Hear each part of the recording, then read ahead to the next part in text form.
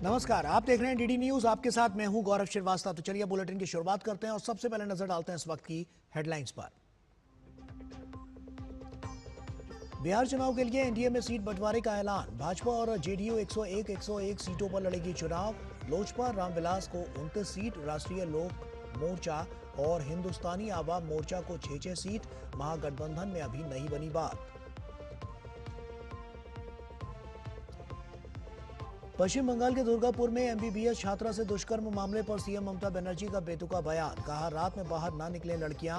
भाजपा ने ममता बनर्जी के बयान को बताया असंवेदनशील और अत्यंत निंदनीय।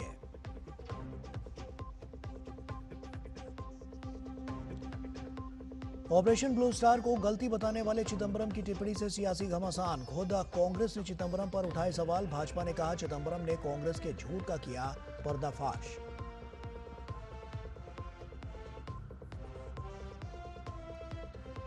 अफगानिस्तान ने पाकिस्तान को दी कड़ी चेतावनी। कहा, पाकिस्तान बातचीत के मसले को हल करे, नहीं तो अफगानिस्तान के पास अन्य तरीके। और भारत और वेस्टइंडीज के बीच जारी 2 मैचों की टेस्ट सीरीज के दूसरे मुकाबले में तीसरे दिन का खेल खत्म। फॉलो ऑन खेलते हुए वेस्टइंडीज ने 2 विकेट पर बनाए 173 रन। भारत से अब भी 97 रन पीछे।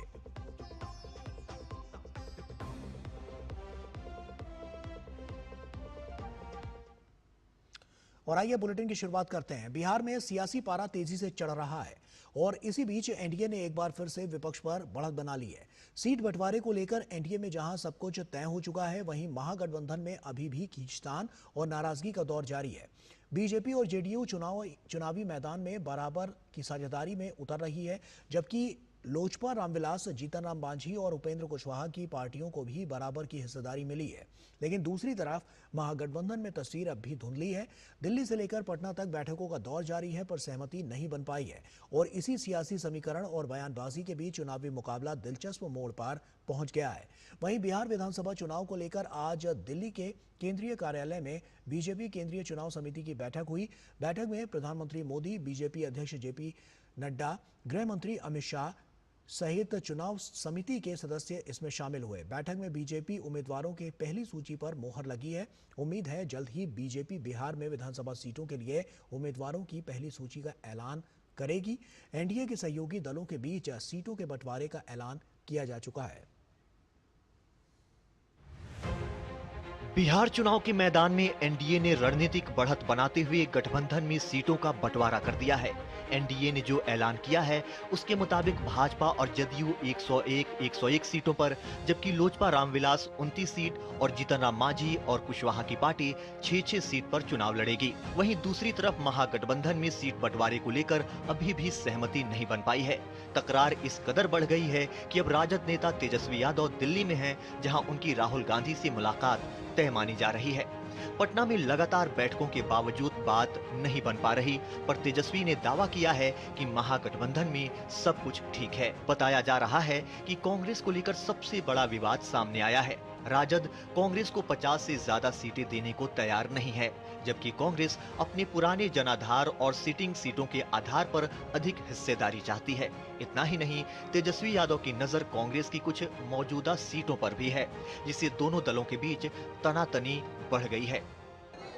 सीट बंटवारा प्रायः हो चुका है, लेकिन अंतिम समय में जो टीदिंग प्रॉब्लम रहता है वो सब पार्टी में, एनडीए में भी है, इधर भी रहता है, लेकिन 1 से 2 दिन में सब घोषणा हो जाए। महागठबंधन में लेफ्ट दलों के साथ भी समीकरण मुश्किल में दिख रहा है। वहीं वीआईपी नेता मुकेश सहनी भी नाराज चल रहे हैं। उन्होंने फेसबुक अकाउंट से एक तस्वीर जारी की जिसमें महागठबंधन का कहीं कोई भी जिक्र नहीं है, जबकि इसी तरह की एक पोस्ट सहनी ने 3 दिन पहले जारी की थी, जिसमें महागठबंधन सरकार का जिक्र किया गया था। महागठबंधन थोड़ा सा अस्वस्थ हुआ है तो दिल्ली जा रहे हैं, और आपको पता है कि सब डॉक्टर दिल्ली में है, तो वहाँ पे बेहतर उपचार हो जाएगा और स्वस्थ होकर हम लोग पटना लौटेंगे। इस बीच असदुद्दीन ओवैसी की पार्टी AIMIM ने एक बड़ा ऐलान करते हुए राज्य की 100 सीटों पर अपने उम्मीदवार उतारने की घोषणा की है। पार्टी ने 32 प्रत्याशियों की पहली सूची भी जारी कर दी है। AIMIM के इस कदम से विपक्षी महागठबंधन, खासकर RJD की मुश्किलें बढ़ सकती हैं। बिहार विधानसभा चुनाव के लिए 6 और 11 नवंबर को मतदान होगा, जबकि 14 नवंबर को नतीजे घोषित किए जाएंगे। लेकिन चुनावी तारीख नजदीक आने के बावजूद महागठबंधन में सीटों का समीकरण अब तक अधर में लटका हुआ है। पटना से मधुरेश नारायण के साथ शैलेंद्र मिश्र और राजेश राज के साथ ब्यूरो रिपोर्ट, DD न्यूज।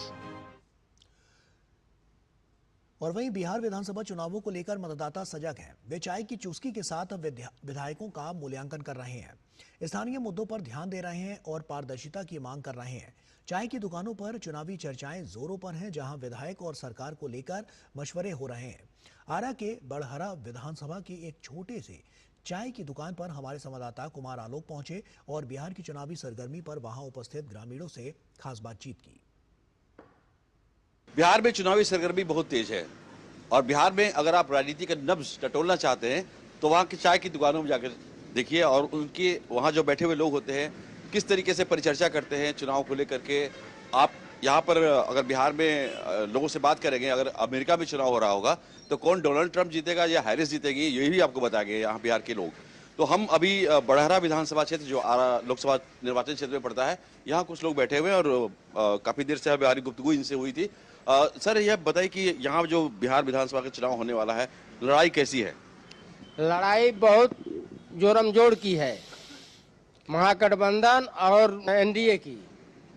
कैसे मानते कि लड़ाई जोरदार? हाँ, लोगों की चर्चा से मानते हैं और लोगों में भावना जो उत्पन्न हो रही है उसके अनुसार से आम आदमी को वो महसूस हो रहा है कि लड़ाई जो है वो कसम कस की होगी। तेजस्वी यादव ने घोषणा की है कि हर घर के हर एक परिवार को नौकरी दी जाएगी, क्या ये संभव है? नहीं सर, संभव तो नहीं है, लेकिन वो लोग प्रयास करेंगे, लेकिन वो उसके अनुसार वोट नहीं मिलेगा उनको।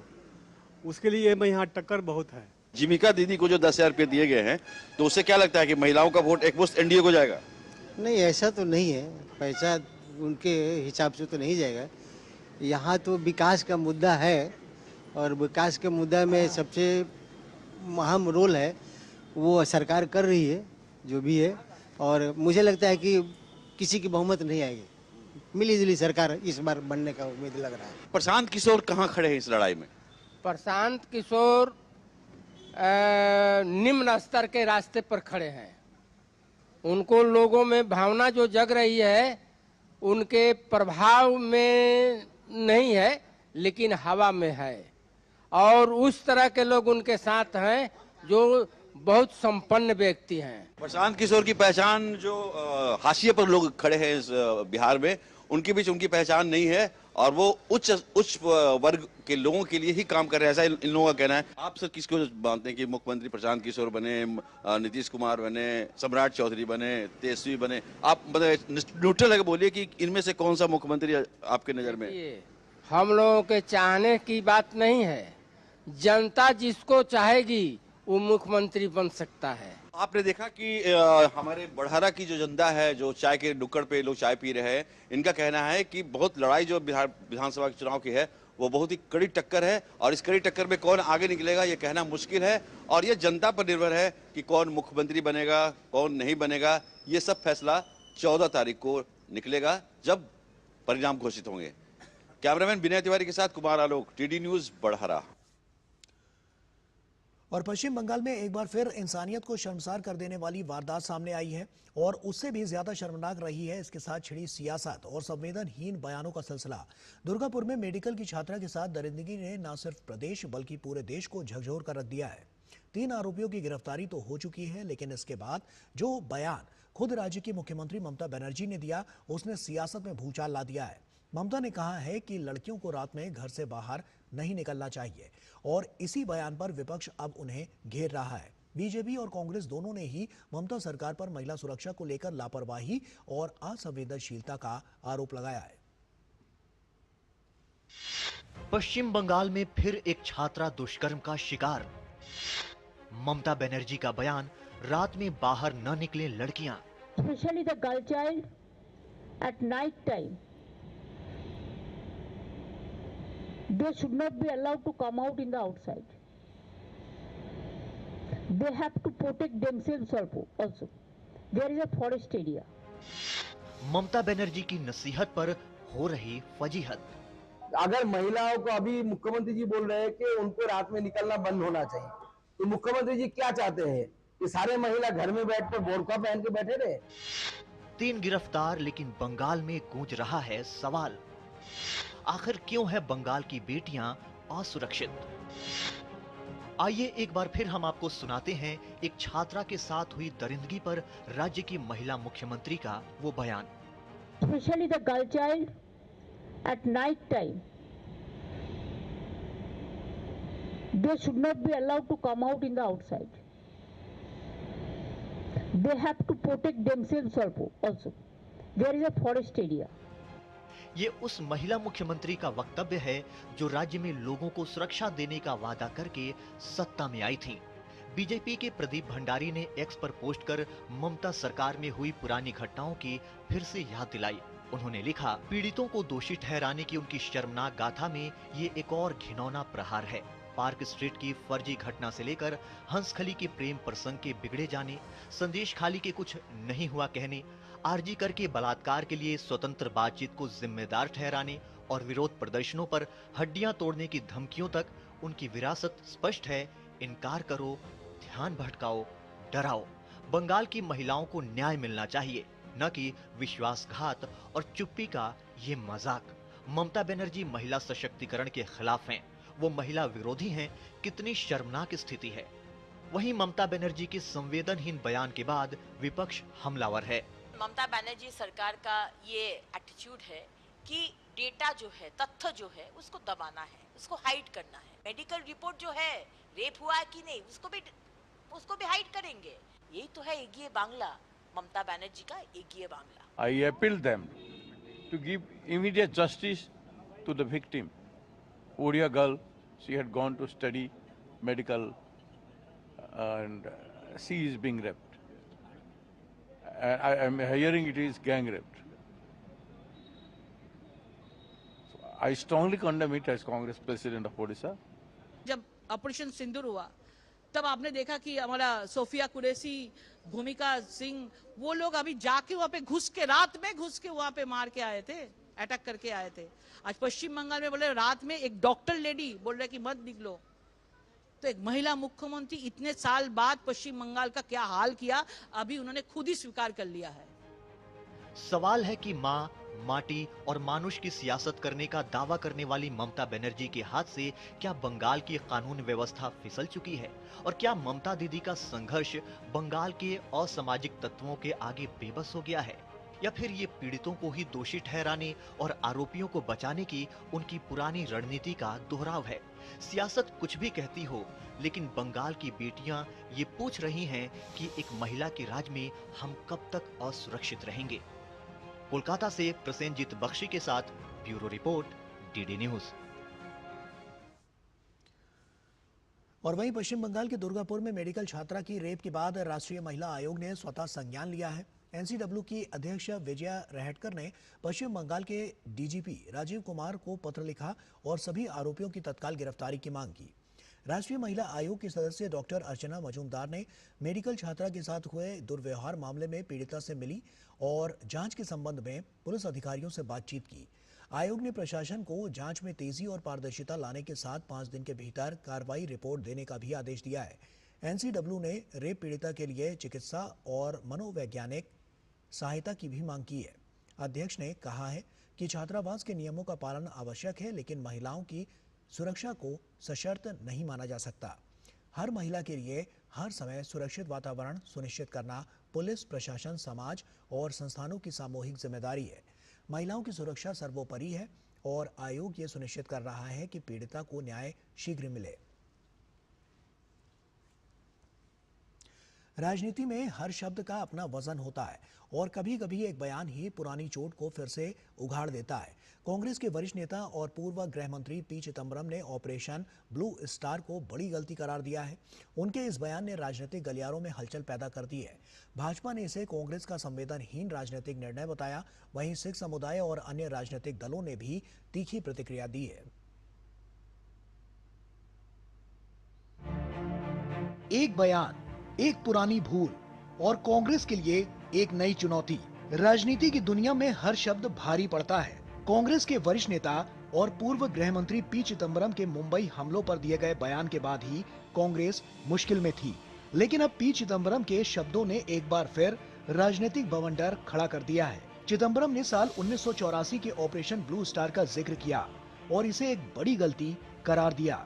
हिमाचल प्रदेश के कसौली में खुशवंत सिंह साहित्य महोत्सव में चिदम्बरम ने कहा कि 1984 में स्वर्ण मंदिर से आतंकवादियों को निकालने के लिए ऑपरेशन ब्लू स्टार गलत तरीका था। उन्होंने माना कि पूर्व प्रधानमंत्री इंदिरा गांधी ने इस गलती की कीमत अपनी जान देकर चुकाई। That was a wrong way to retrieve the Golden Temple. A few years later, I think 3-4 years later, we showed the right way to retrieve the Golden Temple by keeping out the army. There was a way to retrieve and capture all the militants, but Blue Star was the wrong way. And I agree, Mrs. Gandhi paid with her life for that mistake. But that mistake was a cumulative decision of the army, the police, the intelligence and the civil service. You can't blame it only on Mrs. Gandhi. P Chidambaram के operation blue star पर दिए गए बयान के बाद भाजपा की तीखी प्रतिक्रिया सामने आई। भाजपा ने ऑपरेशन ब्लू स्टार को कांग्रेस का एक राजनीतिक निर्णय बताया। भाजपा ने कहा कि इस भूल का सीधा असर सिख समुदाय और पूरे देश पर पड़ा था। ऑपरेशन ब्लू स्टार रुक सकता था। ऑपरेशन ब्लू स्टार की ऑप्शंस थी। 1979 के अंदर भी सरकार ने ऑपरेशन ब्लैक थंडर किया, जब कि पूरे हरमंदिर साहब की बिजली पानी काट दी और घेराबंदी कर ली थी, और जो अंदर लोग थे उनको बाहर आकर सरेंडर करना पड़ा था। मुझे याद है मैं वहाँ था और पेंटा नाम से एक आतंकवादी ने सरेंडर किया और बाहर आकर जहर खा लिया था। तो ऑप्शंस थी, परंतु सरकार उस ऑप्शंस को एक्सप्लोर नहीं करना चाहती। को सरकार के उस समय इंदिरा गांधी के दिमाग में चुनाव था दिमाग में, क्योंकि 1984 दिसंबर में चुनाव होना था। उनको लगता था कि मैं जो देश की सबसे बड़ी देशभक्त कौम है, जो सबसे अग्रसर देशभक्त कौम है, उसको मैं एंटी नेशनल प्रोजेक्ट कर दूं, उसको देशद्रोही प्रेजेंट कर कर मैं राष्ट्रवाद की लहर दौड़ाकर चुनाव जीतूंगी। वहीं पी चिदम्बरम के बयान के बाद ऑपरेशन ब्लू स्टार को लेकर कांग्रेस पर चारों तरफ से हमले हो रहे हैं। चिदम्बरम साहब, आप एक बात तो सही बोल रहे हैं कि जो ब्लू स्टार ऑपरेशन था उसको रोका भी जा सकता था, ये ठीक नहीं हुआ। और दूसरी तरफ से आप जो पहले से कांग्रेस की तरफ से बड़ा झूठ बोला जा रहा है, उसमें और वृद्धि कर दिया है कि इंदिरा गांधी इसमें कल्ले दोषी नहीं है। कांग्रेस ने बार बार सिखों की भावनाओं को आहत किया है और कांग्रेस ने कभी भी अपनी गलतियों से नहीं सीखा। आज भी हम देखते हैं कि राहुल गांधी कैसे जगदीश टाइटलर के हाथ में हाथ डालकर घूम रहे हैं हर जगह। अगर अपनी गलतियों से सीखा होता तो कमलनाथ, जगदीश टाइटलर, सज्जन कुमार, इन लोगों को बड़े बड़े पदों पे नहीं बिठाया होता, मुख्यमंत्री मंत्री नहीं बनाया होता, सांसद नहीं बनाया होता। चिदम्बरम साहब की क्या मजबूरी है कि वो एक एक करके कांग्रेस के ऊपर हमले कर रहे हैं? ये तो वही काम कर रहे हैं जो भारतीय जनता पार्टी और प्रधानमंत्री करते। चिदम्बरम साहब के एक बार फिर कांग्रेस पे हमला करने से बहुत सारे शक और शुबहात पैदा हो रहे हैं। उनके खिलाफ क्रिमिनल केसेस गालिबन पेंडिंग है अभी तक। मुझे लगता है कोई दबाव तो नहीं है उनके ऊपर कि वो लगातार कांग्रेस के ऊपर हमलावर हैं। राजनीतिक विश्लेषकों का मानना है कि चिदम्बरम ने पार्टी की स्थिति को और जटिल बना दिया है। विशेषज्ञ इसे कांग्रेस के लिए एक संवेदनशील मोड़ बता रहे हैं। 1984 का वो पुराना दर्द और ऑपरेशन ब्लू स्टार का विवाद फिर से जाग उठा है और जनता के बीच गहरे सवाल खड़े हो गए हैं। Bureau report, DD news. और कर्नाटक के ग्रामीण विकास और पंचायत राज मंत्री प्रियांक खड़गे ने मुख्यमंत्री सिद्धारमैया को पत्र लिखकर आरएसएस की शाखाओं के नाम पर संचालित सभी प्रकार की गतिविधियों पर प्रतिबंध लगाए जाने की अपील की है। पत्र मिलने के बाद मुख्यमंत्री सिद्धारमैया ने इस मामले की तुरंत समीक्षा कर आवश्यक कार्रवाई करने के निर्देश दिए हैं। इस मामले में भाजपा नेता सीटी रवि ने कहा है कि ये पहली बार नहीं है जब उन्होंने ऐसा करने की कोशिश की है। उन्होंने पहले भी कई बार कोशिश की, लेकिन हर बार नाकाम रहे। उन्होंने आरएसएस पर 3 बार प्रतिबंध लगाया, लेकिन आखिरकार क्या हुआ कि उन्हें प्रतिबंध हटाना पड़ा। आरएसएस देश को मजबूत बनाने में लगातार योगदान दे रहा है। आरएसएस ने किसी का ब्रेन वॉश नहीं किया, बल्कि लोगों को संस्कारित करने का काम किया है। ये पहले बार ऐसा हुआ ऐसा नहीं है, बहुत बार प्रयास किया है, विफल भी हो चुका है। 3 बार बैन किया, क्या हुआ बाद में? बैन लिफ्ट करना पड़ा और संघ धीरे धीरे मजबूत होकर के राष्ट्र को मजबूत करने के लिए योगदान दे रहा है। आज देश का प्रधानमंत्री कौन है? राष्ट्रीय स्वयंसेवक संघ का स्वयंसेवक है। गृह मंत्री कौन है? राष्ट्रीय स्वयंसेवक संघ का स्वयंसेवक है। रक्षणा सचिव कौन है? राष्ट्रीय स्वयंसेवक संघ का स्वयंसेवक है। आज हर क्षेत्र में संघ का स्वयंसेवक है। कौन बैन कर सकता है? संविधान हमको मौका दिया है, संविधान की वजह से संघ संगठन कर रहा है, संगठन करेंगे। और विदेश राज्य मंत्री कीर्तिवर्धन सिंह सोमवार को मिस्र में होने वाली गाजा शांति वार्ता में भारत का प्रतिनिधित्व करेंगे। प्रधानमंत्री मोदी को अमेरिकी राष्ट्रपति डोनाल्ड ट्रंप और मिस्र के राष्ट्रपति अब्देल फतेह अल सीसी ने गाजा शांति वार्ता में शामिल होने के लिए आमंत्रित किया है, लेकिन अन्य महत्वपूर्ण व्यस्तताओं के कारण प्रधानमंत्री इसमें शामिल नहीं हो पाएंगे। अब उनकी ओर से राज्य मंत्री कीर्तिवर्धन सिंह इस वार्ता में भाग लेंगे। 13 अक्टूबर 2025 को मिस्र के शर्म अल शेख में यह वार्ता होगी। संयुक्त राष्ट्र महासचिव एंटोनियो गुटेरेस भी इस वार्ता में शामिल होंगे।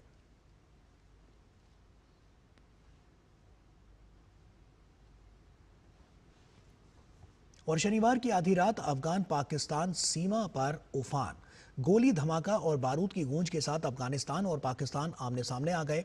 अफगान सेना ने जवाबी कार्रवाई में पाकिस्तान की 25 चौकियों पर कब्जा करने और दर्जनों सैनिकों को ढेर करने का दावा किया। वहीं भारत दौरे पर आए अफगान विदेश मंत्री आमिर खान मुतक्की ने दिल्ली से पाकिस्तान को खुली चुनौती दी है। तालिबान का कहना है कि पाकिस्तान अपनी जमीन पर ISIS के आतंकियों को शरण दे रहा है और अफगानिस्तान इसे अपने और पूरी दुनिया के लिए खतरा मानता है। देखिए एक खास रिपोर्ट। शनिवार की रात अफगानिस्तान पाकिस्तान सीमा पर बारूद की बारिश, आसमान गोलियों से थर्रा उठा, धरती धमाकों से कांप उठी। अफगानिस्तान पाकिस्तान आमने सामने, सीमा पर गोलियों और बारूद की आवाजों से आसमान गूंज उठा। आधी रात को शुरू हुई ये जंग मानो एक आग का तूफान थी, जहां हर तरफ धुआं, धमाके और दहशत का आलम था। अफगानिस्तान ने दावा किया है कि उसकी सेना ने जवाबी कार्रवाई में 58 पाकिस्तानी सैनिकों को मार गिराया और 25 सैन्य चौकियों पर कब्जा कर लिया। अफगानिस्तान के जवाबी हमले में तकरीबन 30 पाकिस्तानी सैनिकों के घायल होने की भी खबर है। तालिबान शासन के मुख्य प्रवक्ता ज़बीहुल्लाह मुजाहिद ने इस बात की जानकारी देते हुए बताया है कि इस हमले में 9 अफगान सैनिक भी शहीद हुए और 16 अन्य घायल हुए, जबकि 20 पाकिस्तानी सुरक्षा चौकियों को नष्ट कर दिया गया। अफगानिस्तान स्थित टोलो न्यूज की रिपोर्ट के अनुसार सऊदी अरब और कतर के अनुरोध पर आधी रात को सैन्य कार्रवाई रोक दी गई। इस बीच अफगानिस्तान के विदेश मंत्री आमिर खान मुत्तकी ने दिल्ली से पाकिस्तान को खुली चुनौती दी है। मुत्तकी ने पाकिस्तान को जमकर लताड़ लगाते हुए कहा कि अगर पाकिस्तान को शांति और अच्छे रिश्ते नहीं चाहिए तो अफगानिस्तान चुप नहीं बैठेगा। पाकिस्तान में कुछ खास हलके हैं जो हालात को खराब करने की कोशिश कर रहा है, तो अफगानिस्तान अपना सरहदों का, अपना फजा का हक महफूज रखे और जैसा कुछ खिलाफ वर्जियां हुआ है उसके फौरन जवाब भी दिया। पहले तो मुज़ाकरा और मुफाहमत से सब के सब मुश्किलात हल करना चाहता है। हम ज़ीरो टेंशन के तरफदार है और अगर और नहीं चाहता है तो फिर अफगानिस्तान के पास और रास्ते भी है। अफगान रक्षा मंत्रालय ने साफ चेतावनी दी है कि अगर पाकिस्तान ने फिर से उनकी सरहद पर नजर डाली तो वे पाकिस्तान को उसकी जमीन पर निर्णायक जवाब देंगे। अफगान अधिकारियों ने पाकिस्तान पर काबुल और पूर्वी इलाके के एक बाजार पर बमबारी का भी आरोप लगाया। तालिबान ने पाकिस्तान पर आरोप लगाया है कि वह अपनी जमीन पर ISIS के आतंकियों को शरण दे रहा है। अफगानिस्तान ने इन आतंकियों को अफगानिस्तान समेत पूरी दुनिया के लिए खतरा बताते हुए उन्हें पाकिस्तान से निकालने या अफगानिस्तान के हवाले करने के लिए कहा है। अब सवाल ये है कि क्या ये सिर्फ एक झड़प थी या आने वाले समय में पूरे क्षेत्र को हिला देने वाले युद्ध की आहट। अगर दोनों पक्ष तुरंत कूटनीतिक संवाद और संयम नहीं अपनाते तो यह मुसीबत जल्द बड़े संघर्ष का रूप धारण कर सकती है। Bureau report, DD news. और वहीं भारत कृत्रिम बुद्धिमत्ता यानी एआई के क्षेत्र में तेजी से उभरती हुई ताकत बन रहा है। 10,300 करोड़ रुपए से अधिक के निवेश और 38,000 जीपीयू की तैनाती के साथ देश इंडिया एआई मिशन के तहत डिजिटल भविष्य की मजबूत नींव रख रहा है। इस पहल का लक्ष्य भारत में एआई का निर्माण और भारत के लिए एआई को कारगर बनाना है, जिसके तहत शोध, नवाचार और स्टार्टअप्स को नई ऊर्जा मिल रही है। नीति आयोग की रिपोर्ट के अनुसार एआई 2035 तक भारत की अर्थव्यवस्था में $1.7 ट्रिलियन तक का योगदान दे सकता है। वर्तमान में टेक और एआई सेक्टर में 60 लाख से अधिक लोग कार्यरत हैं और इस वर्ष प्रौद्योगिकी क्षेत्र का राजस्व $280 बिलियन से अधिक होने की उम्मीद है। भारत के 1800 से अधिक वैश्विक क्षमता केंद्रों में से 500 से अधिक एआई पर केंद्रित हैं, जो देश की तकनीकी प्रगति को रफ्तार दे रहे हैं। ग्रामीण स्वास्थ्य सेवाओं को सशक्त करने से लेकर किसानों को मौसम और फसल से जुड़ी सटीक जानकारी पहुंचाने में, शिक्षा को व्यक्तिगत और इंटरएक्टिव बनाने से लेकर न्यायालयों में फैसलों का स्थानीय भाषाओं में अनुवाद करने तक एआई के व्यवहारिक उपयोग को स्पष्ट रूप से देखा जा सकता है। भाषिणी, भारत जन एआई और सर्वम एआई जैसे स्वदेशी मॉडल भारतीय भाषाओं, शासन और जन सुविधाओं में एआई को आमजन से जोड़ रहे हैं। साथ ही भारत फरवरी 2026 में एआई इम्पैक्ट समिट की मेजबानी करेगा, जो देश की एआई क्षमताओं को वैश्विक मंच पर प्रदर्शित करने की दिशा में बड़ा कदम है।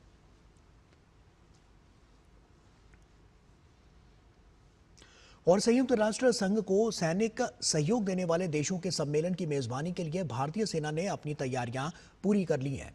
इस सम्मेलन का आयोजन नई दिल्ली में 14 अक्टूबर से होने जा रहा है। इसमें अब तक 32 देशों ने शामिल होने की पुष्टि कर दी है। इसमें 15 देशों के सेना प्रमुख जबकि 17 देशों के उप प्रमुख और उच्च स्तरीय सैन्य अधिकारी हिस्सा लेंगे। प्रमुख स्तर पर प्रतिनिधित्व करने वाले देशों में Bhutan, Burundi, Ethiopia, Fiji, France, Ghana, Kazakhstan, Kyrgyzstan, Mongolia, Poland, Sri Lanka, Tanzania, Uganda, Uruguay और वियतनाम शामिल हैं। वहीं Algeria, Armenia, Bangladesh, Brazil, Cambodia, Italy, Nepal, Kenya, Rwanda, Senegal, Australia, मिस्र, मलेशिया, मोरक्को, नाइजीरिया, थाईलैंड और मेडागास्कर के वरिष्ठ सैन्य अधिकारी अपनी अपनी सेनाओं का प्रतिनिधित्व करेंगे।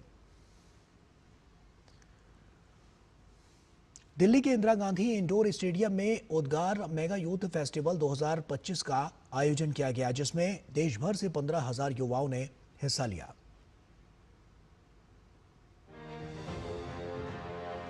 मौका था उद्गार यूथ फेस्टिवल 2025 का।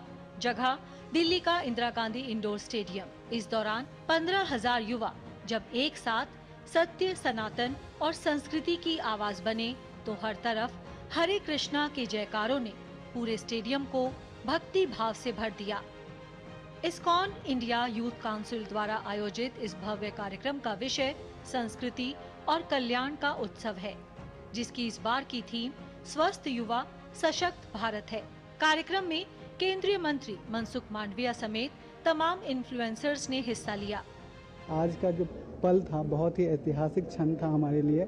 ये हमारे इस्कॉन के फाउंडर आचार्य हैं, उनका जो 4 प्रिंसिपल है उसमें से एक प्रिंसिपल है नो इंटॉक्सिकेशन, मतलब किसी प्रकार का नशा नहीं करना है। तो नशे के अभियान के तहत हम लोग जो है 2008 से इस तरीके का प्रोग्राम कर रहे हैं यूथ का। इस मौके पर केंद्रीय मंत्री मनसुख मांडविया ने युवाओं को किसी भी प्रकार के नशे से दूरी बनाने और स्वस्थ रहने का मंत्र दिया। नशा मुक्त युवा फॉर विकसित भारत, प्रधानमंत्री जी के इस स्वप्न को साकार करने के लिए इस्कॉन इंटरनेशनल द्वारा उद्गार 2025 कार्यक्रम के द्वारा 15,000 से अधिक युवाओं ने एक साथ में व्यसन मुक्ति का शपथ लिया और एक व्यक्ति ने 100 लोगों को व्यसन मुक्त करने के लिए अभियान का प्रारंभ करा। इस अवसर पर Guinness book of world record भी उपस्थित रहे और उन्होंने भी एक बड़ा अचीवमेंट को सराहा, रिकॉग्नाइज करा और ये अभियान भविष्य में देश के लाखों युवाओं को नशा मुक्त करके विकसित भारत के अभियान में जुड़ेंगे। कार्यक्रम के दौरान युवाओं के लिए प्रधानमंत्री नरेंद्र मोदी के संदेश को पढ़कर सुनाया गया। अंत में 15,000 युवाओं को एक साथ नशे के खिलाफ शपथ दिलाई गई, जो कि Guinness book of world record में दर्ज हो गया। दिल्ली के इंदिरा गांधी इंडोर स्टेडियम में उद्गार उत्सव का आयोजन किया गया। साल 2025 के लिए आयोजित इस उत्सव में युवाओं को नशे से दूर रहने और समग्र कल्याण का मंत्र दिया गया। 2025 में लगभग 15,000 युवाओं ने एक साथ एक छत के नीचे नशे से दूर रहने की जब शपथ ली, तो आप यकीन मानिए ये एक Guinness book of world record में दर्ज हो।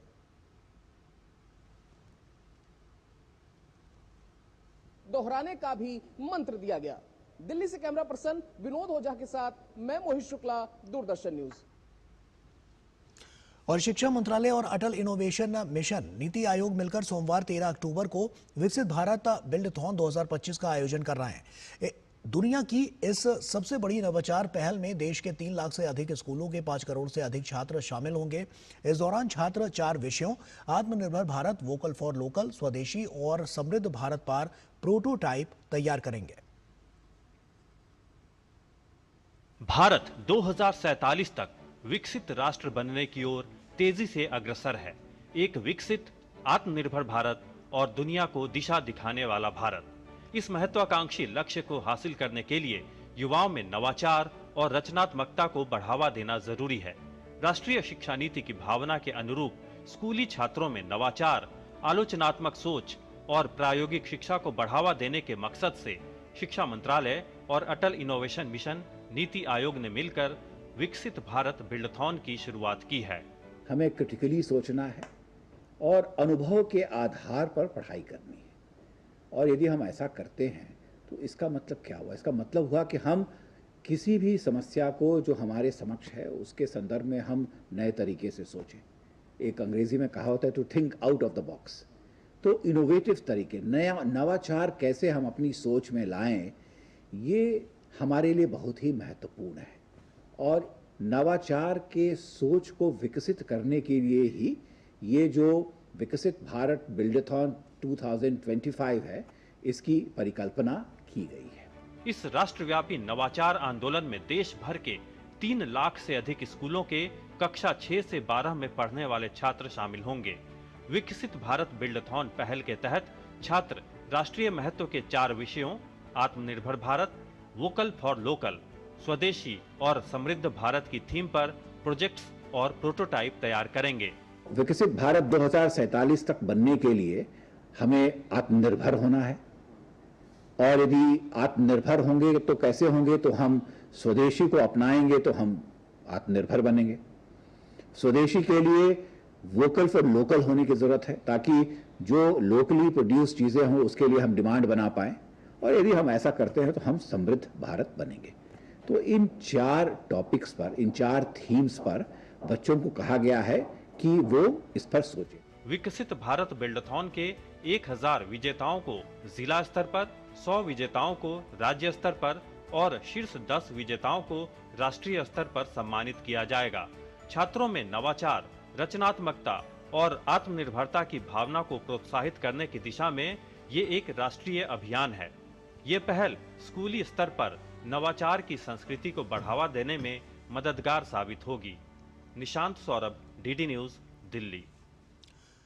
और उधर छत्तीसगढ़ के बलौदाबाजार जिले में स्थानीय अर्थव्यवस्था को सशक्त करने और स्वदेशी उत्पादों के उपयोग को प्रोत्साहित करने के उद्देश्य से वोकल फॉर लोकल विषय पर एक बैठक आयोजित की गई। बैठक में चैम्बर ऑफ कॉमर्स के सदस्यों और विभिन्न व्यावसायिक संगठनों ने भाग लिया, जहां स्थानीय उद्योगों और कारीगरों को बढ़ावा देने संबंधी सुझाव आमंत्रित किए गए। जिला प्रशासन ने इस दिवाली पर्व के दौरान मिट्टी के दिए बनाकर बिक्री करने वाले कुम्हारों और ग्रामीणों से कर वसूली न करने के निर्देश जारी किए हैं। ये कदम स्वदेशी उत्पादों को प्रोत्साहन देने और पारंपरिक कारीगरों के रोजगार को बढ़ावा देने की दिशा में अहम माना जा रहा है। जिले के अपर कलेक्टर अभिषेक गुप्ता ने बताया कि जिला प्रशासन ने सभी नगरीय निकायों, चैम्बर ऑफ कॉमर्स और स्वैच्छिक संस्थाओं से अपील की है कि वे स्वदेशी उत्पादों की खरीद को प्राथमिकता दें और बिक्री करने वालों से कोई कर न लिया जाए। जिला प्रशासन के द्वारा स्वदेशी उत्पादों को बढ़ावा देने, वोकल फॉर लोकल को बढ़ावा देने के लिए अभी दीपावली के अवसर पर सभी कुम्हार भाई बहनों को अच्छा मार्केट मिले, इसके लिए सभी नगरीय निकायों के सीएमओ को और सभी चैम्बर ऑफ कॉमर्स और सभी स्वयंसेवी संस्थाओं एवं जनता से अपील की गई है कि स्वदेशी उत्पाद ही खरीदें। जो भी कुम्हार समाज के लोग अपने सामान विक्रय करने के लिए आएंगे उन्हें अच्छा मार्केट देने और उनसे बाजार कर नहीं लेने की भी आदेश जिला प्रशासन के द्वारा निकाला गया है और सबसे अपील की जा रही है और इसका अच्छा प्रभाव पूरे जिले में पड़ रहा है। और वहीं इस पहल का बलौदा बाजार मुख्यालय से 30 किलोमीटर दूर ग्राम तरंगा के कुम्हारों ने स्वागत किया है। उन्होंने राज्य सरकार और जिला प्रशासन के प्रति आभार व्यक्त करते हुए मिट्टी से बने उत्पादों की बिक्री के लिए एक निर्धारित स्थान उपलब्ध कराने की भी मांग की है। प्रशासन का ये निर्णय न केवल कुम्हारों के व्यवसाय को नई ऊर्जा देगा बल्कि स्थानीय बाजारों में स्वदेशी उत्पादों की पहचान को भी मजबूत करेगा। चीज मिट्टी के सामान बनाथन हमन और हम सरकार बैठे के अभी टैक्स उक्स नहीं लेवते, मस्त क्षमा कर दे है। दीपावली के समय में भी दिया करवा मतलब पोरा कलश लक्ष्मी ये सब ला बनाथन, तब पका उका के बाजार लेथन। तब बाजार में का है पहले टैक्स लेवत रही से और टैक्स सरकार फ्री कर दे है। टैक्स फ्री करे है तो टैक्स फ्री में सरकार अच्छा काम किया है हम लोग के लिए, तो इसके लिए धन्यवाद। राजस्थान के टोंक जिले के किसानों में ट्रैक्टर खरीद के प्रति उत्साह देखने को मिल रहा है। केंद्र सरकार द्वारा हाल ही में जीएसटी दरों में कटौती के जरिए दीपावली से पहले बड़ा तोहफा दिया गया है। जीएसटी में कटौती के बाद ट्रैक्टर खरीदने किसान शोरूम पर उमड़ रहे हैं। जीएसटी में कटौती के बाद व्यापारियों और किसानों में उत्साह देखने को मिल रहा है। जनता ने प्रधानमंत्री को धन्यवाद भी किया है।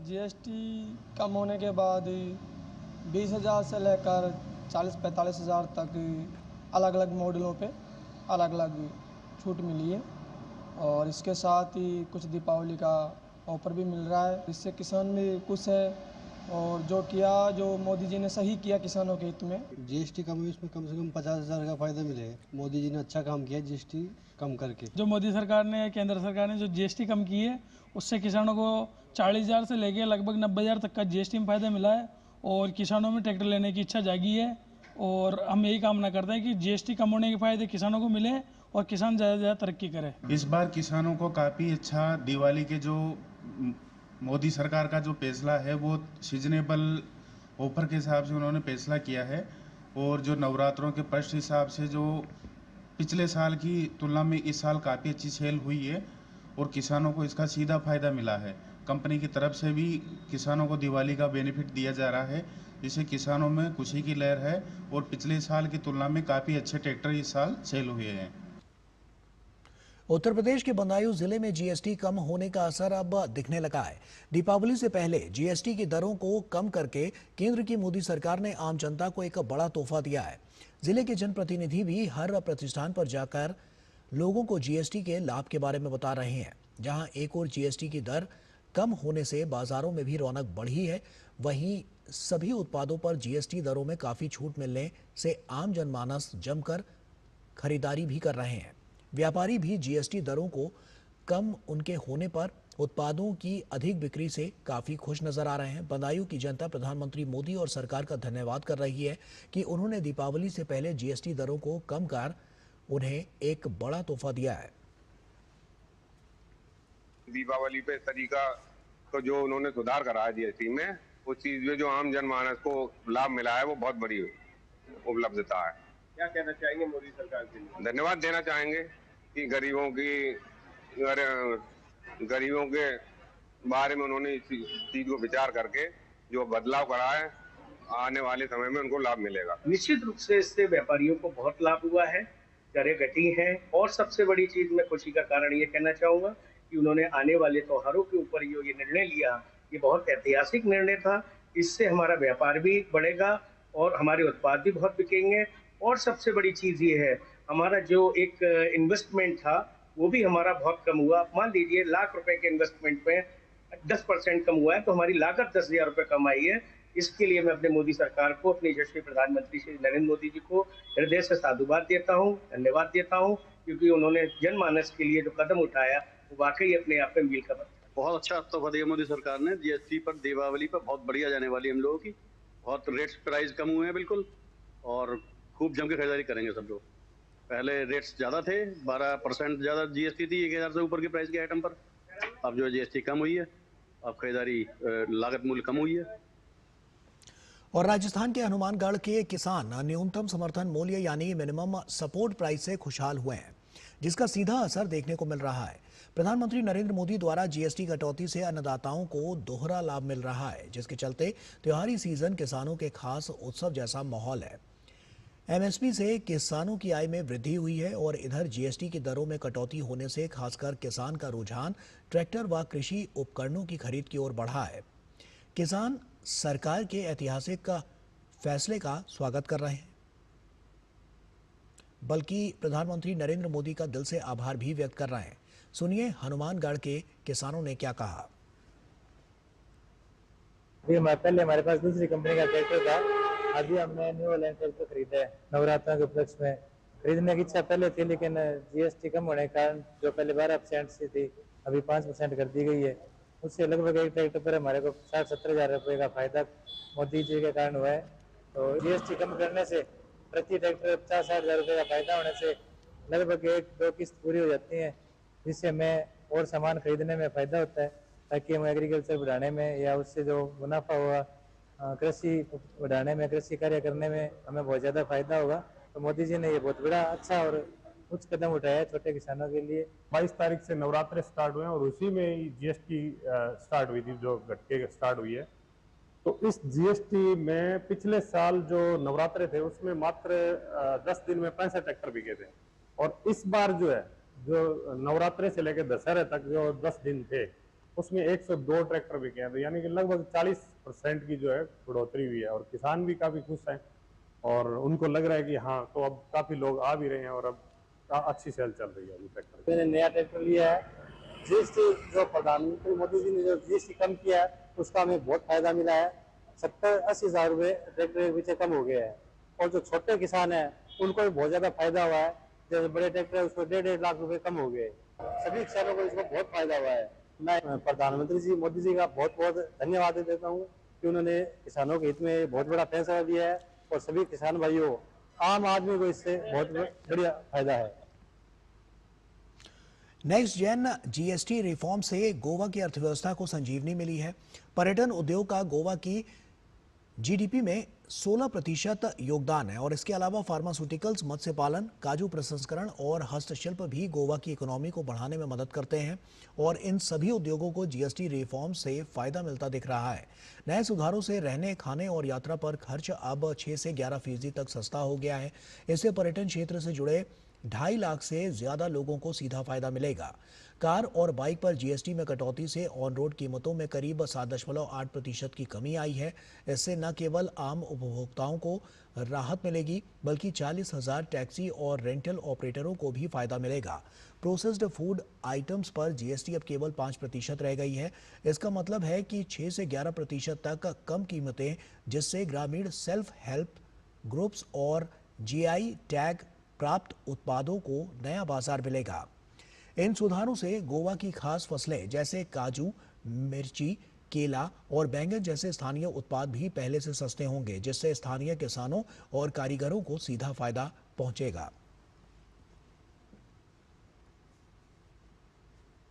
असम के गुवाहाटी के नारंगी मिलिट्री स्टेशन में वेटरन्स स्वाभिमान रैली 2025 का भव्य आयोजन किया गया, और इस रैली का मुख्य उद्देश्य सशस्त्र बलों के पूर्व सैनिकों की निस्वार्थ सेवा, वीरता और बलिदान को सम्मानित करना था। असम के राज्यपाल लक्ष्मण प्रसाद आचार्य इस कार्यक्रम में मुख्य अतिथि के रूप में शामिल हुए। रैली में असम और पड़ोसी क्षेत्रों से 2,500 से अधिक पूर्व सैनिकों ने हिस्सा लिया, जो हाल के समय में सबसे बड़ी सभाओं में से एक थी। अपने संबोधन में राज्यपाल ने सैनिकों के साहस और देशभक्ति की सराहना की। उन्होंने कहा कि मुझे खुशी है कि भारतीय सेना द्वारा इस प्रकार के कार्यक्रम का आयोजन किया जा रहा है। इस मौके पर वीर नारियों और जरूरतमंद पूर्व सैनिकों को विशेष वित्तीय सहायता दी गई, और दिव्यांग सैनिकों को मोटराइज्ड व्हीलचेयर और मेडिकल बेड भी बांटे गए। जो सैनिक अपना सर्वस्व न्यौछावर करता है, समाज की, देश की जिम्मेवारी होती है कि उसके लिए करे। मुझे खुशी है कि यहाँ पर इस भारतीय सेना के द्वारा अनेक प्रकार के आयोजन करके उनको बेहतरी के लिए, उनको आत्मनिर्भरता के लिए, उनके सुख स्वास्थ्य की चिंता करते हुए एक आयोजन किया है। जो सैनिक है, पूर्व सैनिक है, सब इकट्ठे हुए और उनके जज्बे को मैं सलाम करता हूँ। और वहीं दिल्ली टेस्ट के तीसरे दिन का खेल खत्म होने तक वेस्टइंडीज ने अपनी दूसरी पारी में 2 विकेट खोकर 173 रन बना लिए हैं। इससे पहले वेस्टइंडीज की टीम पहली पारी में 248 रन बनाकर आउट हो गई और उसे फॉलो ऑन खेलना पड़ा। इससे पहले भारत ने अपनी पहली पारी में 5 विकेट पर 518 रन बनाकर घोषित की थी।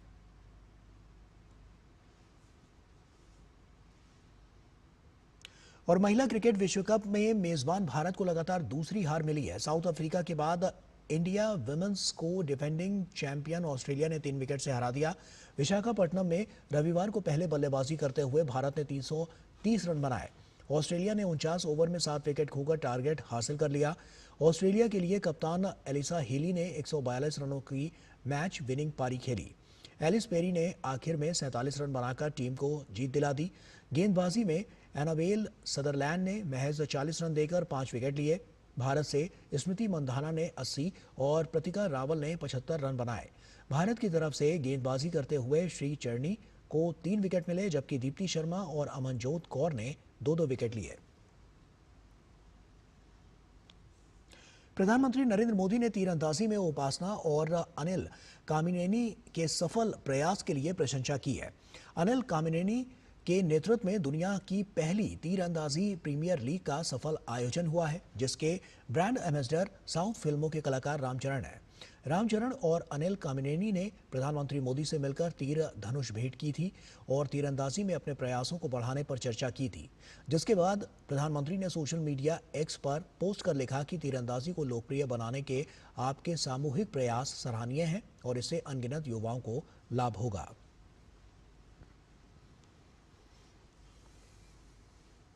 अभिषेक पाल ने रविवार को दिल्ली हाफ मैराथन के 20वें संस्करण में भारतीय एलीट पुरुष वर्ग का खिताब अपने नाम किया है। अभिषेक पाल की ये तीसरी दिल्ली हाफ मैराथन जीत रही है और इससे पहले वे 2018 और 2023 में भी विजेता रहे थे। अपनी जीत के बाद अभिषेक पाल ने डीडी न्यूज संवाददाता अभिषेक प्रसाद से बातचीत की है और माना है कि अगर गुलवीर सिंह, जो चोट के कारण इस दौड़ में हिस्सा नहीं ले सके, मौजूद होते तो दौड़ का नतीजा शायद अलग होता। वेदांता दिल्ली हाफ मैराथन 2025 के इंडियन एलीट लाइनअप में हमारे विनर मिल चुके हैं। अभिषेक पाल, जो कि आप देख सकते हैं 2023 में जो विनर थे, अब फिर से 2025 में अभिषेक, बहुत बहुत कॉन्ग्रेचुलेशंस आपको। कैसा एक्सपीरियंस रहा, क्या स्ट्रैटेजी थी, थोड़ा रेस के बारे में बताएं। सर पहले thank you so much sir. बाकी अच्छा रहा, सब कुछ अच्छा लगा। मतलब हमारे कोच भी अभी आए हैं, भाई भी हैं जो, तो कल ही गाइड किए थे पूरा प्रॉपर कैसे रेस करना है, तो मैं शायद उसके लिए बहुत अच्छा रेस किया और बहुत अच्छा भी लगा। और जैसे ये सर जब 14 साल का था, मैं पहले खुद प्लेयर था, तो मैं इंडिया कैंप वगैरह में था, तब से ही लाया था क्योंकि इसके अंदर टैलेंट था और मैं काम करता रहा। तो कोच तो मैं अभी 1 साल पहले बना, लेकिन मैं बहुत सारे कोचों के पास भेजता रहा, भाई आप कोच तो है नहीं, मैं अभी प्लेयर, मुझे भी अपना देखना है। आप जैसे कोच मिलते रहे, मैं उसके पास करता रहा और बहुत अच्छा डिसिप्लिन से किया। और अभी मैं लास्ट ईयर इसका टाइम ब्रेक नहीं हो रहा था, 1350 के आसपास 5000 में था, नहीं टूट रहा था, तो मैं कोच बन के आया, तो मैं उस पर काम किया, तो इसने 1333 तक इम्प्रूवमेंट किया। तो मुझे भी लगा चलो कोचिंग कर रहा हूँ, तो काफ़ी अच्छा लगा। बिल्कुल, बहुत काम किया है आपने अभिषेक के पीछे, और अभिषेक काफ़ी क्लोज फाइट भी हमको देखने को मिली है। आप किरण मात्रे आपके पीछे थे और गुलवीर इस रेस में हिस्सा नहीं ले रहे थे, तो किस तरह से अपनी जो रेस है उसको आपने स्ट्रैटेजाइज किया, आप लीड भी कर रहे थे, और किस तरह से फिनिशिंग, उसके बारे में थोड़ा बताएं। तो गुलवीर होता तो और अच्छा टाइमिंग आता और फाइट भी देखने में मज़ा आता, क्योंकि मैं बताया था पिछले बार कि बहुत अच्छा रहेगा रेस, तो डिसीजन नहीं होगा कि कौन फर्स्ट सेकंड है, तो और इंटरेस्टिंग होती। आप 2018 में वेदांता दिल्ली हाफ मैराथन जीते और आप देख सकते हैं यहाँ पे 2023 इन्हीं का पोस्टर लगा हुआ है, 2023, और ये तीसरी बार जो वेदांता दिल्ली हाफ मैराथन है उनका इन खिताब अब जीत चुका है। तो अब आगे आप किस तरह से देखते हैं आने वाले जो चैलेंजेस आने वाले, आप कहाँ पे आप ट्रेनिंग करेंगे, अगला आपका जो क्या है? अभी तो थोड़ा रेस्ट रहेगा, मतलब 1 महीना, फिर वो कोच लोग डिसीजन लेंगे कि अगले नेक्स्ट ईयर कॉमनवेल्थ भी है, एशियन गेम्स है, तो उसका प्रॉपर ट्रेनिंग कैसे करना है। तो अभी जैसे बताए थे कि कैसे इम्प्रूव करना है, क्योंकि हम एथलीट हैं, हमें उतना पता नहीं है, जो मिलता है सब करते रहते हैं, पर कोच को पता रहता है किस लेवल पे या मेरे में क्या क्वालिटी है, तो उस हिसाब से ट्रेनिंग प्लान करते हैं, तो वो ज़्यादा बेनिफिट्स रहता है। बहुत बहुत शुक्रिया। तो ये थे अभिषेक पाल, जिन्होंने 2025 वेदांता दिल्ली हाफ मैराथन में एक बार फिर से जीता। लगातार कह सकते हैं ये इनकी तीसरी जीत थी वेदांता दिल्ली हाफ मैराथन की, और इन्होंने बताया कि ये जो रेस थी, गुलवीर सिंह नहीं थे लेकिन काफ़ी इंटरेस्टिंग रही, और वो होते तो काफ़ी और अच्छा रेस देखने को मिलता। अब इनका लक्ष्य है आने वाले एशियन गेम्स में, जहाँ पे ये भारत के लिए तिरंगा लहराना चाहते हैं। कैमरामैन मोंटी के साथ अभिषेक प्रसाद, डीडी न्यूज़। और डॉक्टर राजेश प्रसाद गुप्ता, जो एक ऑर्थोपेडिक और स्पोर्ट्स मेडिसिन विशेषज्ञ हैं, भारत और वेस्टइंडीज के बीच अरुण जेटली स्टेडियम दिल्ली में खेले जा रहे दूसरे टेस्ट मैच के दौरान चिकित्सा और चोट से संबंधित मामलों की देखरेख कर रहे हैं। डीडी न्यूज से बातचीत करते हुए उन्होंने जोर देते हुए कहा कि अधिकांश खेल संबंधी चोटों को सही प्रशिक्षण, तकनीक और शारीरिक कंडीशनिंग के माध्यम से रोका जा सकता है। दिल्ली के अरुण जेटली स्टेडियम में भारत और वेस्टइंडीज के बीच दूसरा मैच चल रहा है, और इस मैच की जितनी भी जो मेडिकल जिम्मेदारियां हैं, जो स्पोर्ट्स में जो इंजरीज के संबंधित जो प्रॉब्लम्स हैं, उसकी देखरेख कर रहे हैं डॉक्टर राजेश प्रसाद गुप्ता, जो कि एक ऑर्थोपेडिक सर्जन है और साथ ही साथ एक जो स्पोर्ट्स मेडिसिन के एक्सपर्ट भी हैं। सर, आपका बहुत बहुत स्वागत है। पूरा अगर स्पोर्ट्स इंजरी की बात करें तो एक बहुत बड़ा कह सकते हैं सरदर्द रहता है किसी भी स्पोर्ट्स के लिए, चाहे क्रिकेट हो, कोई भी स्पोर्ट्स हो। तो किस तरह से सर आप इंजरीज को एक मैनेज करते हैं, किस तरह से आप खिलाड़ियों को सलाह देते हैं कि इनको कम से कम इंजरी हो सके? देखिए, स्पोर्ट्स इंजरीज दो टाइप का होता है, एक एक्यूट इंजरीज होता है, एक ओवर इंजरी होता है। एक्यूट इंजरी जैसे एंकल स्प्रेन हो गया, ACL इंजरीज हो गया, ये एक्यूट इंजरीज है। क्रोनिक इंजरी यानी ओवर इंजरी जो होता है वो लाइक स्ट्रेस फ्रैक्चर टाइप से टिबियल सीन स्प्लिंट्स होता है, इसको हम ओवरयूज इंजरीज बोलते हैं। तो इसको मैनेज किया जाता है बेसिकली, पहले तो देखते हैं, क्लिनिकल असेसमेंट करते हैं, उसके ऊपर डिसीजन लिया जाता है। जैसे एक्यूट इंजरीज है, तो एक्यूट इंजरीज में हम एक POLICE करके कंसेप्ट होता है, जिसमें protection, optimal loading, ice, compression और एलिवेशन के लिए बोलते हैं। ओवरयूज इंजरीज में डायग्नोसिस करना होता है एक्सरे करके, MRI करके, फिर बेस्ड ऑन दैट उससे हम इलाज करते हैं। तो कुछ ऐसा कोई आपका लाइफ में कोई ऐसा केस आया जो बड़ा ही आपको याद है और आपने उसको, उस प्लेयर की उस इंजरी को आपने डायग्नोस करके उसको ठीक किया, ऐसा कुछ है आपके? एक प्लेयर था हमारे पास में, वो एक्चुअली ये तो क्रिकेट चल रहा है लेकिन वो स्केटिंग का मेरा प्लेयर था, और उसको बहुत सारी इंजरीज हुई थी। वो एक फ्रैक्चर हुआ था क्लेविकल का, उसका ह्यूमरस का भी फ्रैक्चर हुआ था उसको, उनको मैंने ट्रीट किया। वो इंटरनेशनल इवेंट्स में 2024 में प्रोबेबली अप्रैल में यूरोप जा करके बहुत सारा मेडल्स लेकर के आया था। जो बिल्कुल सर, जिस तरह से आपने केयर की और जब मेडल जीतता है, आपका ट्रीट किया खिलाड़ी, कहीं ना कहीं मन में एक संतोष होता होगा, खुशी होती, बहुत अच्छा लगता है अगर वो होता है। तो एक और मेरा प्लेयर था जिनको मैंने ट्रीट किया था, वो टेंडो एक्लिस इंजरीज बोलते हैं, जो एंकल से ऊपर एक टेंडन होता है जो दौड़ने में हेल्प करता है बेसिकली। वो हमारे पास में 5-6 महीने के बाद आए थे इंजरीज के बाद में। वो रोइंग के प्लेयर थे और उसके बाद मैंने उनका सर्जरीज किया। सर्जरी के बाद वो यूपी में रोइंग में उन्होंने गोल्ड मेडल प्राप्त किया था, सिल्वर मेडल प्राप्त किया था। वो प्लेयर मेरा वहाँ से था, ये बुलंदशहर से था। नए खिलाड़ियों को क्या आप उनके लिए मैसेज देना चाहेंगे, किस तरह से अपनी इंजरी को रिड्यूस कर सकते हैं, उनके लिए क्या मैसेज होगा आप? उसके लिए मैसेज ये होगा कि proper technique, warm up, cooling down, strength and conditioning exercise, flexibility and training exercise, hydration और प्रोटेक्टिव गियर वगैरह जैसे हेलमेट्स वगैरह यूज करते हैं वो सब यूज करना, और फेयर प्ले होना चाहिए। कैमरा पर्सन सौरभ के साथ नारायण सिंह, डीडी न्यूज, दिल्ली। और त्योहारी मौसम को भुनाने के लिए राष्ट्रीय पुरस्कार विजेता, निर्माता और अभिनेत्री नीतू चंद्रा आ रही हैं अपनी नई फिल्म छठ के साथ, जो रिलीज हो रही है प्रसार भारती के OTT प्लेटफॉर्म वेव्स पर। साथ ही नीतू को इस बार चुनाव आयोग द्वारा बिहार स्टेट स्वीप आइकॉन भी बनाया गया है। वो लोगों को चुनाव में भाग लेने के लिए भी जागरूक कर रही हैं। आइए देखते हैं उनके साथ ये खास बातचीत। आज हमारे साथ एक ऐसी अभिनेत्री हैं जिन्होंने अपनी मेहनत से, अपने संघर्ष से इस फिल्मी दुनिया में अपनी एक अलग पहचान बनाई है। आइए करते हैं खास मुलाकात राष्ट्रीय पुरस्कार विजेता निर्माता नीतू चंद्रा से। नीतू, बहुत बहुत स्वागत है आपका डीडी न्यूज़ पे। सबसे पहले आपसे पूछना चाहेंगे, आपकी नई फिल्म जो रिलीज हो रही है भारत के अपने OTT प्लेटफॉर्म वेव्स पर, सबसे पहले उसके बारे में बताइए।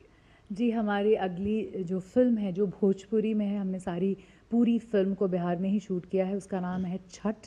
2.5 घंटे की ये फिल्म जो आपको हमारे ट्रेडिशन, कल्चर और जो ब्यूटीफुल छठ हम सेलिब्रेट करते हैं और उसको एक जॉइंट फैमिली के इमोशन में दिखाएगा। आई होप कि आप लोगों को ये फिल्म भी बहुत अच्छी लगेगी। 24 तारीख को, जैसा कि आपने कहा, हमारे अपने वेव्स OTT पे रिलीज हो रहा है। जब OTT प्लेटफॉर्म लॉन्च हुआ था वेव्स, बहुत कम समय हुआ है, बहुत जल्द इसने लोकप्रियता हासिल की है। शुरुआत में आपने 2 फिल्में OTT प्लेटफॉर्म वेव्स पे डाली थी और वो बहुत अच्छी गई, कैरेटी और जैक्सन हॉल्ट। तो किस तरह से आप देखती हैं भारत के अपने इस OTT प्लेटफॉर्म वेव्स की इस जर्नी को भी?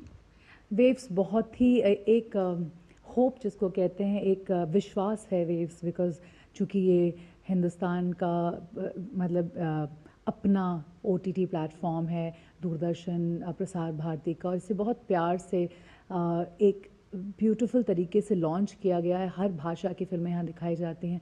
बहुत ध्यान से सिलेक्शन होता है इस प्लेटफॉर्म पे, और इस प्लेटफॉर्म पे हमारी फिल्म रिलीज़ होना ही एक बड़ी बात है, क्योंकि इसकी रीच पूरे कोने कोने तक है। नीतू चंद्रा हमारे साथ हैं, जिन्हें इलेक्शन कमीशन द्वारा, चुनाव आयोग द्वारा स्वीप आइकन घोषित किया गया है। किस तरह से एक प्रयास है लोगों को जागरूक करने का, क्योंकि इस बार जो चुनाव है वो काफ़ी अलग है, तो ज़्यादा से ज़्यादा लोग निकल कर आए अपने घरों से मतदान करने के लिए? जी, मैं सबसे ये दरख्वास्त करना चाहती हूँ कि सारे वोट्स बहुत ज़रूरी हैं और आपके हाथ में आपका भविष्य है, तो प्लीज़ बाहर आएं और वोट ज़रूर करें, क्योंकि फ्यूचर और प्रेजेंट हमारा है और हमारे लिए है। तो प्लीज़ थोड़ी सी भी लेज़ीनेस ना दिखाएंगे, घर पे नहीं रहेंगे, आपको बाहर आना ही पड़ेगा। तो बहुत बहुत शुक्रिया हमसे बात करने के लिए। तो ज़रूर देखिए OTT प्लेटफॉर्म वेव्स पर नीतू चंद्रा की नई फिल्म छठ, और साथ ही जिस तरह से उन्होंने कहा हर एक वोट है ज़रूरी, इसलिए इस बार भी चुनाव के दौरान मतदान करना ना भूलें। कैमरा पर्सन उत्तम के साथ जया सिन्हा, DD न्यूज़, दिल्ली।